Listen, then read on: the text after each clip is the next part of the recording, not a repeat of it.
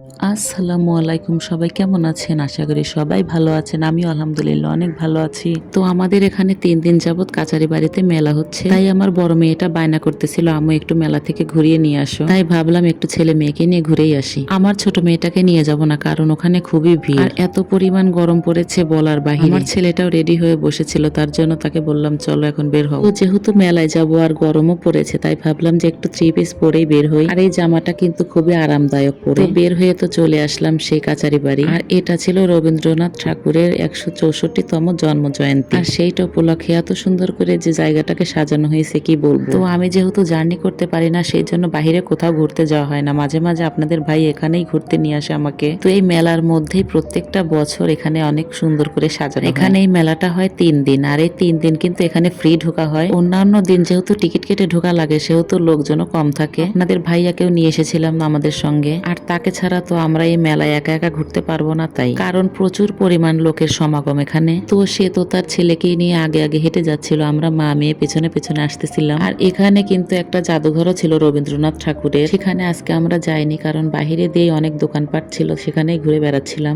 এখানকারই একটা ফুচকার স্টলে আপনাদের ভাই আমাদেরকে নিয়ে এসেছিল। তো ফুচকার স্টল থেকে বের হওয়ার পর ভাবলাম যে আমরা মা ছেলেতে একটু ভিডিও বানাই। আর আজকে যে ড্রেসটা পরে বের হয়েছে, সেই ড্রেসটা কিন্তু আপনাদের ভাইয়াই আমাকে পছন্দ করে এনে দিয়েছিল।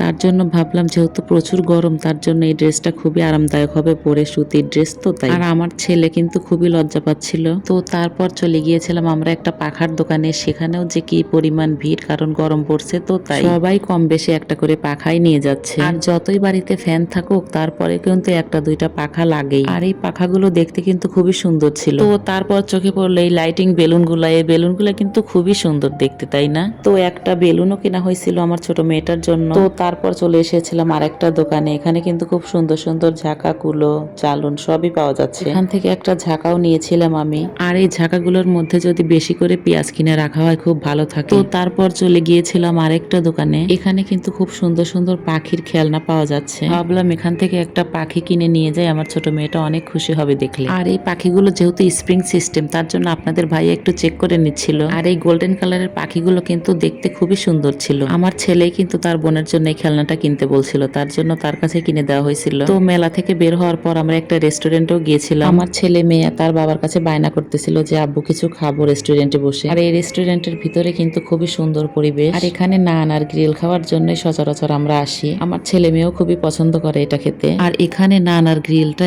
এত মজা হয় খেতে, তার জন্য ছেলে মেয়েকে মাঝে মধ্যেই নিয়ে আসতে হয় আমার। তো খাওয়া দাওয়া শেষ করে আমরা বাসায় চলে গিয়েছিলাম। আজকের মতো এ পর্যন্তই। সবাই ভালো থাকবেন, সুস্থ থাকবেন এবং আমার পাশে থাকবেন। আল্লাহ হাফেজ।